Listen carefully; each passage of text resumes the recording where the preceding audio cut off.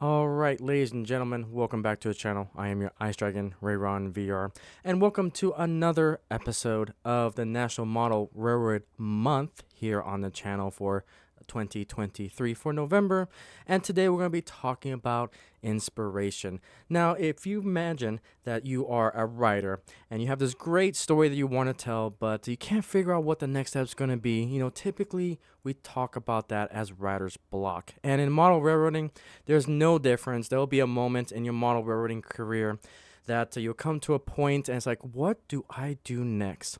Well, I'm going to show you some of the things that I do to get inspired to continue on my railroading journey. So with that, we're going to talk about a few things. We're going to talk about some hobby stores. We're going to take a look at some magazines. We're going to look at railfanning. And then we're going to look into historical societies. So let's go ahead and dive right into it. So first thing when it comes to inspiration is go to your local hobby store.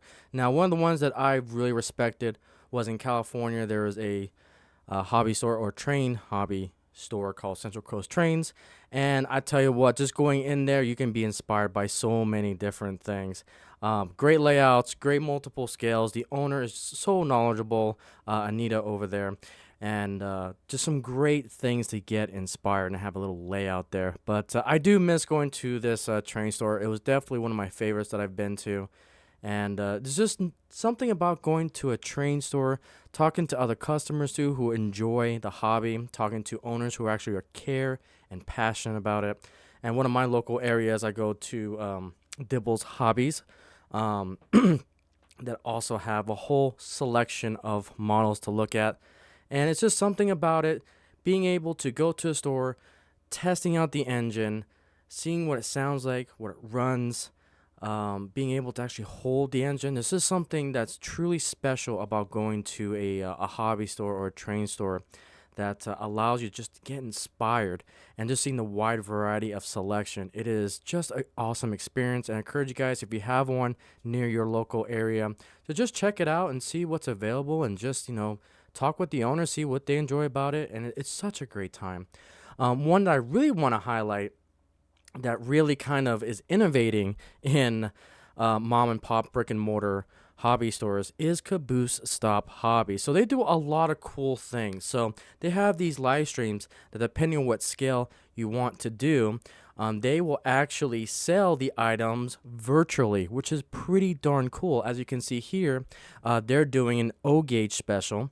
So I'm just going to go ahead and click on it. I'll leave a link down below, but you can see that they're basically going through labeling all these parts here, and if you're interested in it, the chat will actually, whoever gets the number first will have essentially purchased the item for the price that they're advertising it for. And this is just amazing. This is how you do business. This is quite innovative. I'm always all about these things. Again, I'll leave a link down below for all of the websites that I'm presenting today. But it's just one of those things that you'll adapt and change and you find ways to make it work. And that is the beauty about this hobby. And when we talk about the very last episode of this series, we'll talk about, let's see, the state of the hobby, or, is the hobby healthy going into the future? So we'll definitely talk about that a little bit later. So with that, let's also go into magazines. So magazines is a great source of inspiration. Usually there's two big magazines that I typically go to. That's either Railroad Model or Model Railroader. So these are the big two titans when it comes to the magazine industry for this particular hobby. There's a few others out there that deal with just G scale, that deal with European models. But for me personally, again, I'm into HON. And these two magazines are typically the top that I go to. Now, you can get subscriptions to these magazines. Me personally, what I do is once a month I go over to my local Barnes & Noble, and they actually carry both of these magazines, and I just crack it open to see which one am I going to get the more out of when it comes to knowledge-based and works for my particular railroad. Now, when I'm looking at this particular magazine right here, I want to grab this instantly because I'm a big fan of UP and the fallen flags under UP. So seeing the Moffat line, oh man, that's UP heart all the way for me. So I'm definitely going to grab this magazine when I get a chance. And then Model Railroader here. Again, I'm not big into the chassis system here. Looks like I'm going to be talking about some O gauge stuff, but something that I'm actually kind of want to look into is this kit bash main to weight cars items laying around your layout. So that's something I'll probably be interested in. And so, I'll go over there, I'll crack those two open. I'll look through it quickly, and if it's interesting enough, then I get it. If not, I put it away. So I find myself doing it that way. So that way I can save a little bit of money in the grand scheme of things, and a little bit of space too. Because if you get a subscription, you just don't know if you're going to get a good magazine or not. So that's typically my method into dealing with magazines. So again, here's all the other types of magazines when it comes to model railroading. Again, it can go, it gets kind of crazy. There's classic toy trains there, model rail there for the European folks, classic toy trains again, and so forth. And we got our resident YouTuber MMR Split Rock. I'll leave a link down below to his channel. But he was able to get on Railroad Model Craftsman RMC, which is pretty cool. All right, so let's go into the next thing, which is rail fanning. So rail fanning is just one of those things that, you just go out, go find a safe place to rail fan. Again, don't go on tracks, don't go onto private property.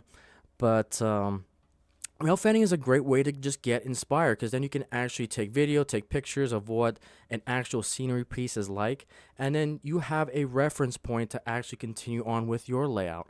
If you're doing something prototypical or doing something a little bit fancy, you want to take the picture and just change it up a little bit, and off you go. So again, kind of another good website here just for news, railfanning.org. Again, I just tend to go through, find some news. One of the main places I go to for IC Rail news, along with trains.com. But yeah, just something to think about. And then what's also really cool, since we're in the age of digital technology, is we got virtual railfan. So now virtual railfan basically has all of these cameras set up that allows you to basically watch trains IRL from the camera, which is pretty cool. I spent countless amounts of hours just going through, and I gotta log in, but going through these cameras on YouTube and on their website, and it's so cool to see. But yeah, you got places like the Horseshoe Curve, you've got the Tehachapi Loop, you got Echoes Canyon, all of California here. Let's see what else, Colorado. So again, it's a great place to get inspired. There's Laramie, Wyoming. But yeah, definitely something to check out if you find yourself in that quote-unquote writer's block, to see what you can get. But yeah, definitely a good source for inspiration. Some other things, historical societies. If you are a nerd when it comes to a particular railroad, look into to see if they have a historical society, because more than likely they're going to have special things for you to get, such as magazines. I love the Eagle magazine here. This is actually one of the magazines I need to grab because it has like a Baldwin I didn't even realize MP had.